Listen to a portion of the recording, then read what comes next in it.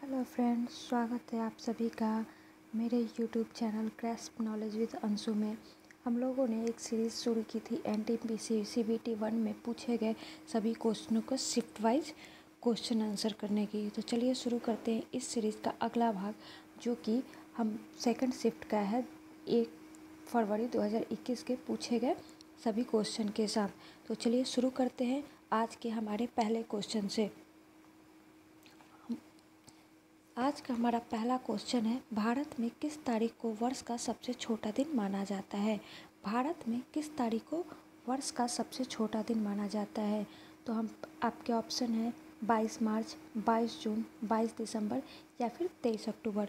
तो सही आंसर है 22 दिसंबर। 22 दिसंबर को वर्ष का सबसे छोटा दिन माना जाता है। भारत में निम्नलिखित में से किसे स्थानीय स्वशासन का जनक कहा जाता है। तो भारत में किसे स्थानीय स्वशासन का जनक कहा जाता है। तो इसके ऑप्शन है Lord Ripon, Lord Minto, Lord Mayo या फिर लॉर्ड कर्जन। तो इसका सही आंसर है ए, लॉर्ड रिपन को स्थानीय स्वशासन का जनक कहा जाता है। बढ़ते हम अपने अगले क्वेश्चन की तरफ। भारत सरकार द्वारा किस ग्रामीण आवास योजना को पुनर्संरचित करके प्रधानमंत्री ग्रामीण आवास योजना का सृजन किया गया है। क्वेश्चन में एक बार फिर से रिपीट करती हूँ। भारत सरकार द्वारा किस ग्रामीण आवास योजना को पुनः संरचित करके प्रधानमंत्री ग्रामीण आवास योजना का सृजन किया गया है। इसके ऑप्शंस हैं जौहर ग्राम समृद्धि योजना, राजीव गांधी आवास योजना, इंदिरा गांधी आवास योजना या फिर दीनदयाल अंत्योदय योजना। तो इसका सही आंसर है ऑप्शन नंबर सी, इंदिरा आवास योजना को प्रधानमंत्री ग्रामीण आवास योजना किया गया है। बढ़ते हम अपने अगले क्वेश्चन की तरफ। हमारा अगला क्वेश्चन है, रविंद्रनाथ टैगोर ने किसकी वजह से अपनी नाइटहुड की उपाधि को वापस लौटा दिया था। तो आपके ऑप्शन है ए, जालियांवाला बाग नरसंहार, बी, काकोरी कांड, सी, चौरा चौरी कांड या फिर भगत सिंह की फांसी। तो आपका सही आंसर है जालियांवाला नरसंहार। जालियांवाला बाग नरसंहार की वजह से रविंद्रनाथ टैगोर ने अपने नाइटहुड की उपाधि वापस लौटा दी थी।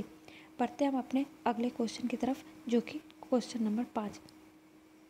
भारत छोड़ो आंदोलन किस शहर से शुरू हुआ था। भारत छोड़ो आंदोलन किस शहर से शुरू हुआ था। तो इसका सही पहले आप लोग एक बार बनाने की कोशिश कीजिए, फिर मैं बताती हूँ। आपके ऑप्शन है, ऑप्शन ए कराची, दूसरा लाहौर, तीसरा दिल्ली या फिर चौथा बम्बई। तो इसका सही आंसर है ऑप्शन नंबर डी, भारत छोड़ो आंदोलन का शुरुआत जो है बम्बई से हुआ था। बढ़ते हम लोग अपने अगले क्वेश्चन की तरफ। निम्नलिखित में से कौन सी पुस्तक विष्णु शर्मा द्वारा लिखित है। तो इसके ऑप्शंस है अर्थशास्त्र, पंचतंत्र, इंडिका या फिर राजतरंगिणी। तो कौन सी पुस्तक विष्णु शर्मा द्वारा रचित है। इसका सही आंसर है option number B, Panchatantra. Panchatantra Vishnu Sharma द्वारा लिखित पुस्तक है। लाई डिटेक्टर उपकरण को किसके रूप में भी जाना जाता है। लाई डिटेक्टर उपकरण को हम किस रूप में जानते हैं। तो इसका ऑप्शन है सिस्मोग्राफ, बैरोग्राफ, पोलरीमीटर या फिर पॉलीग्राफ। ये तो इसका सही आंसर है पॉलीग्राफ। पढ़ते हम लोग अपने अगले क्वेश्चन की तरफ। भारत निर्वाचन आयोग के अनुसार 2020 तक भारत में मतदान करने हेतु न्यूनतम आयु कितनी है। भारतीय निर्वाचन आयोग के अनुसार 2020 तक भारत में मतदान करने हेतु न्यूनतम आयु कितनी है। तो आपके ऑप्शन है वर्ष 16 वर्ष, ऑप्शन बी 21 वर्ष, ऑप्शन सी 25 वर्ष या फिर डी 18 वर्ष। तो इसका सही आंसर है, इसका सही आंसर क्या है 18 वर्ष। 18 वर्ष तक के बच्चे, 18 वर्ष तक के युवा वोट कर सकते हैं। अगला क्वेश्चन की तरफ चलते हैं हम लोग।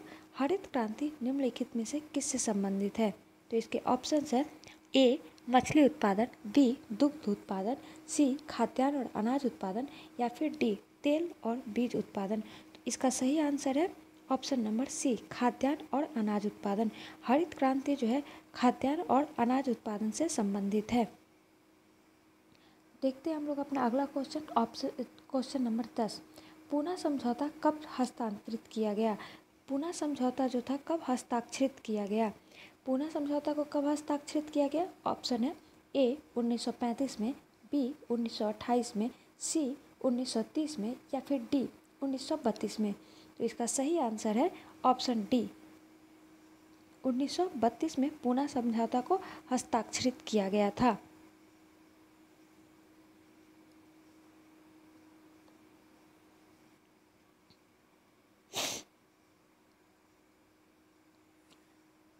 अब बढ़ते हैं हम लोग अपने अगले क्वेश्चन की तरफ, जो कि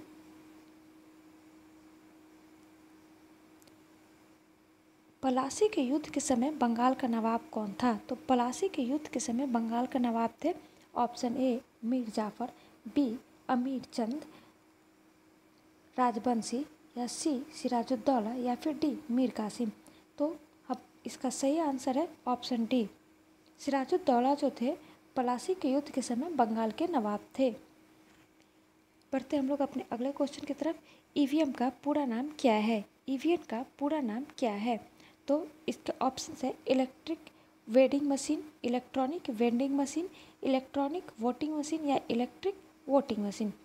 तो इसका सही आंसर है option number C, electronic voting machine. EVM का फुल फॉर्म क्या है? Electronic voting machine. Microsoft Excel में वर्कबुक क्या है? एक संग्रह होता है। किसका संग्रह होता है? माइक्रोसॉफ्ट के एक्सेल में वर्कबुक किसका संग्रह होता है? आपके ऑप्शन है ए चार्ट, बी फोटोज, सी वर्कशीट या फिर डी वर्ड बुक्स? तो इसका सही आंसर है वर्कशीट। माइक्रोसॉफ्ट में एक्सेल का क्या है? वर्कशीट का एक संग्रह है। प्रथम भारतीय अंतरिक्ष यात्री कौन थे? प्रथम भारतीय अंतरिक्ष यात्री कौन थे? तो इसके ऑप्शन है option a APJ Abdul Kalam, option b Sunita Williams, c Rakesh Sharma या फिर डी विक्रम साराभाई? आप सबके सामने ऑप्शन है, आप लोग बताइए क्या है होगा आंसर? तो इसका सही आंसर होगा राकेश शर्मा। बढ़ते हम लोग अगले क्वेश्चन की तरफ। विश्व पर्यावरण दिवस प्रतिवर्ष किस डेट को मनाया जाता है? विश्व पर्यावरण दिवस किस डेट को मनाया जाता है? आपके ऑप्शन है ए 16 अगस्त, बी 5 जून, सी 16 जून या फिर डी 7 अप्रैल को? तो सब लोग अपना बताइएगा। इसका सही आंसर है 5 जून।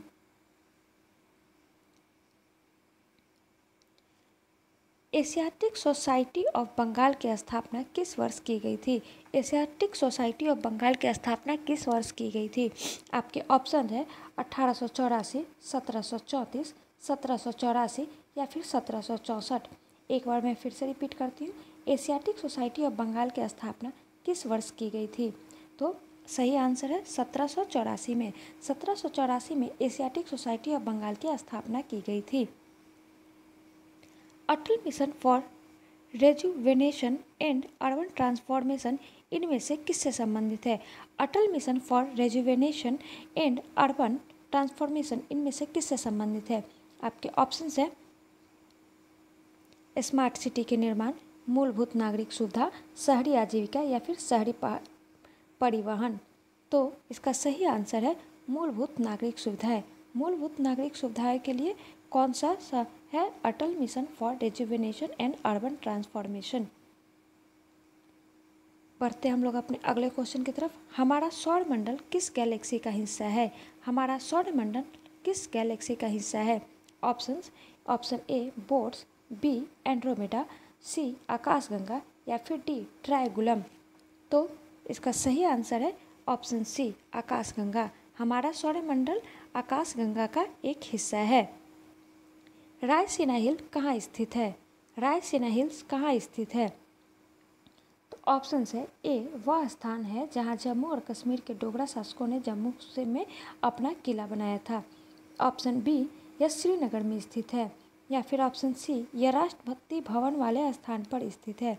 ऑप्शन डी यह कन्याकुमारी में स्थित एक चट्टानी संरचना है जहाँ स्वामी विवेकानंद की प्रतिमा स्थापित की है। तो आप लोग बताएंगे कि रायसीना कहाँ पे है? इसका सही आंसर है रायसीना ऑप्शन सी, यह राष्ट्रपति भवन वाले स्थान पर स्थित है। पढ़ते हैं नेक्स्ट। निम्नलिखित में से किसे 24 दिसंबर 2025 को भारत के सर्वोच्च नागरिक पुरस्कार भारत रत्न से सम्मानित किया गया?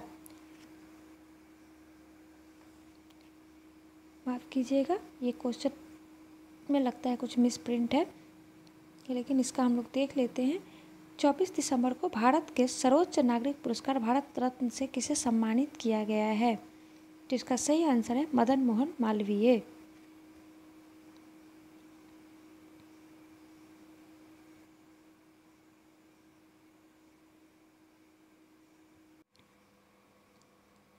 बढ़ते हम लोग अपने अगले क्वेश्चन की तरफ। थायरोक्सिन के संश्लेषण के लिए कौन सा तत्व आवश्यक है? तो थायरोक्सिन के संश्लेषण के लिए कौन सा तत्व आवश्यक है? इसका ऑप्शन है मैग्नीज, आयोडीन, आयरन या फिर जिंक। तो इसका सही आंसर है आयोडीन। आयोडीन की कमी से घेघा रोग हो जाता है। नेक्स्ट, प्रोटियम में कितने न्यूट्रॉन मौजूद होते हैं? प्रोटियम में कितने न्यूट्रॉन मौजूद होते हैं? तो ऑप्शन है 7, 2, 4 या फिर 0। इसका सही आंसर है ऑप्शन डी। प्रोटियम में कितने न्यूट्रॉन होते हैं? तो प्रोटियम में 0 न्यूट्रॉन होते हैं। गुप्त साम्राज्य के निम्नलिखित राजाओं में कौन एक अच्छा वीणा वादक भी था? तो गुप्त साम्राज्य में कौन सा राजा जो था वीणा वादक था? तो आपके ऑप्शन है चंद्रगुप्त, विक्रमादित्य, समुद्रगुप्त, कुमारगुप्त या फिर चंद्रगुप्त प्रथम। तो इसका सही आंसर है समुद्रगुप्त। समुद्रगुप्त को सिक्कों पर वीणा बजाते हुए दिखाया गया है। इकोलॉजी शब्द को किसने गढ़ा है? इकोलॉजी शब्द को किसने गढ़ा है? तो इसके ऑप्शन है Charles Darwin, Eugenius Warming, Eugene Odum, Ernest Haeckel. तो इसका सही आंसर है इकोलॉजी शब्द को किसने गढ़ा है? तो अर्नेस्ट हैकल। नेक्स्ट, अस्पतालों से निकलने वाले जैविक कचरों के निपटान का सबसे अच्छा तरीका क्या है? अस्पतालों से जो जैविक कचरे निकलते हैं उसके निपटान का सबसे अच्छा तरीका क्या है? तो आपके ऑप्शन है उन्हें गड्ढों में भरा जाना चाहिए, अपघटन, भस्मीकरण या फिर जलाना। तो इसका सही आंसर है सी, भस्मीकरण। भस्मीकरण करना अस्पताल के से निकलने वाले जैविक कचरों के निपटान का सबसे अच्छा तरीका है। नेक्स्ट, काजीरंगा राष्ट्रीय उद्यान से होकर गुजरने वाले किस राष्ट्रीय राजमार्ग को सीमा उद्यान के वन जीवों के लिए मुख्य खतरा बनी है? काजीरंगा राष्ट्रीय उद्यान को से होकर गुजरने वाली किस राष्ट्रीय राजमार्ग की सीमा उद्यान के वन्य जीवों के लिए मुख्य खतरा बनी है? इसके ऑप्शन है NH37, NH45, NH30, NH50। तो इसका सही आंसर है NH37। काजीरंगा राष्ट्रीय उद्यान जो है असम में है, जो कि एक सिंघी गेंडा के लिए प्रसिद्ध है। बढ़ते हैं हम लोग अपने नेक्स्ट क्वेश्चन की तरफ। सचिन तेंदुलकर ने अंतर्राष्ट्रीय क्रिकेट में अपना 100वां शतक किस टीम के खिलाफ बनाया था? सचिन तेंदुलकर ने अंतर्राष्ट्रीय क्रिकेट में अपना 100वां शतक किस टीम के खिलाफ बनाया था? आपके ऑप्शन है इंग्लैंड, ऑस्ट्रेलिया, बांग्लादेश या फिर पाकिस्तान। इसका सही आंसर है बांग्लादेश।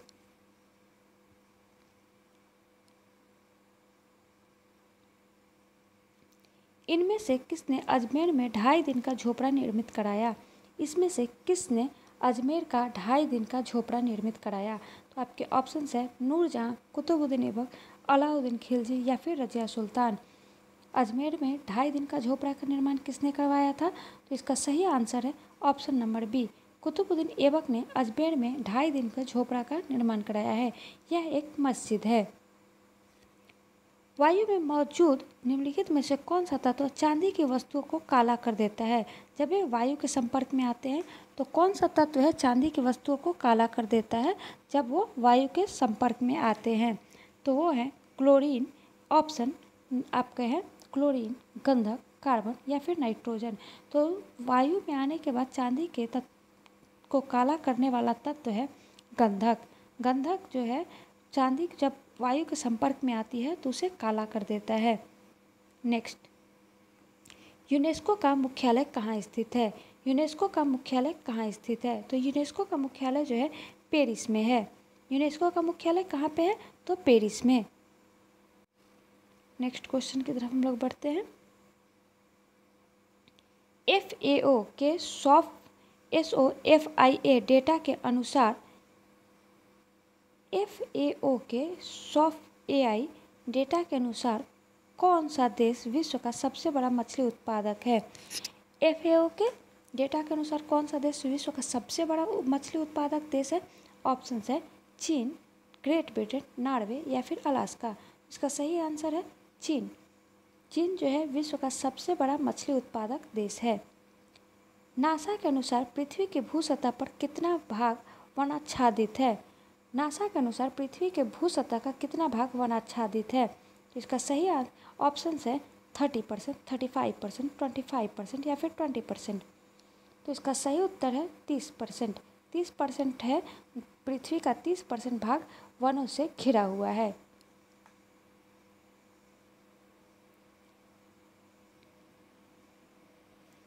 नेक्स्ट,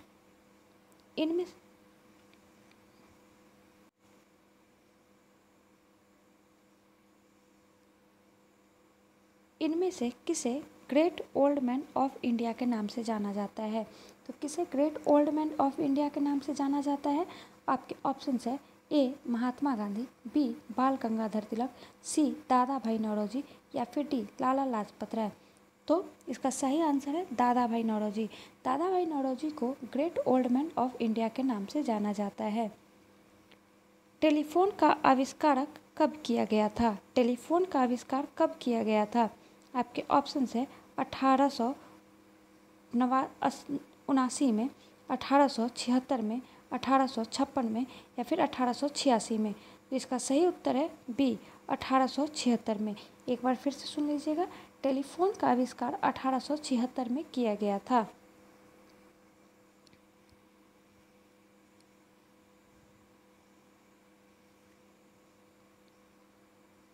भारत सरकार ने निम्नलिखित में से किस वर्ष में प्रारंभिक शिक्षा के लिए राष्ट्रीय पौष्टिक सहायता कार्यक्रम शुरू किया है?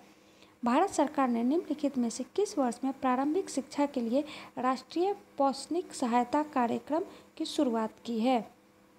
आपके ऑप्शंस हैं 1990, 1995, 2003 या फिर 1985।